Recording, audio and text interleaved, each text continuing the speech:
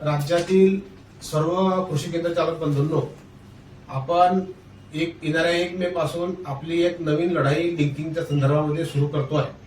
आज आम्ही पुन्हा इथे आपल्या राज्याचे सन्माननीय कृषी आयुक्त, सन्माननीय कृषी संचालक यांची भेट घेऊन आपल्या राज्यातील सर्व तालुकाध्यक्ष, जिल्हाध्यक्ष यांच्या मार्फत त्या जिल्ह्यातून त्या तालुक्यामधून आपल्या राज्यामध्ये मागच्या 4-5 वर्षापासून जी खत कंपन्यांकडून आवाजवी लिंकिंग सुरू आहे, त्या लिंकिंगच्या संदर्भामध्ये आपण जी मागणी केली आहे की आपण सर्वजण खत खरेदीच बंद करा कंपन्यांकडून।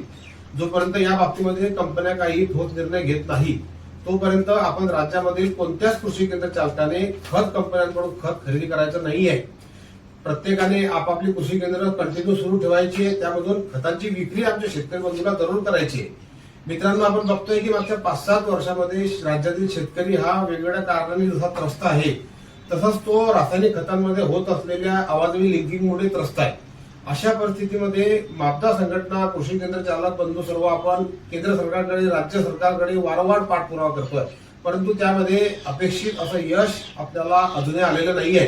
त्यामुळे ज्या पद्धतीने मागच्या काळामध्ये आपण अन्यायकारक कायद्यांच्या विरोधामध्ये एक मोठा लढा उभारला, त्यामध्ये आपण जो संघर्ष केला त्याच्यामुळे आपल्याला त्यामध्ये निश्चितच यश आलं आणि ते जे कठोर किंवा चुकीच्या पद्धतीचे कायदे कृषी केंद्र चालकांवरती लागणार होते ते थांबले।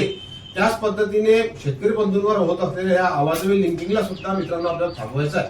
त्यासाठी आपण जोपर्यंत या संदर्भात कंपन्या निर्णय घेत नाही तोपर्यंत आपण 1 मे पासून सर्व रासायनिक खतांची खरेदी ही बंद करायची, अशी मी आपल्याला या व्हिडिओद्वारे आवाहन करतो, विनंती करतो।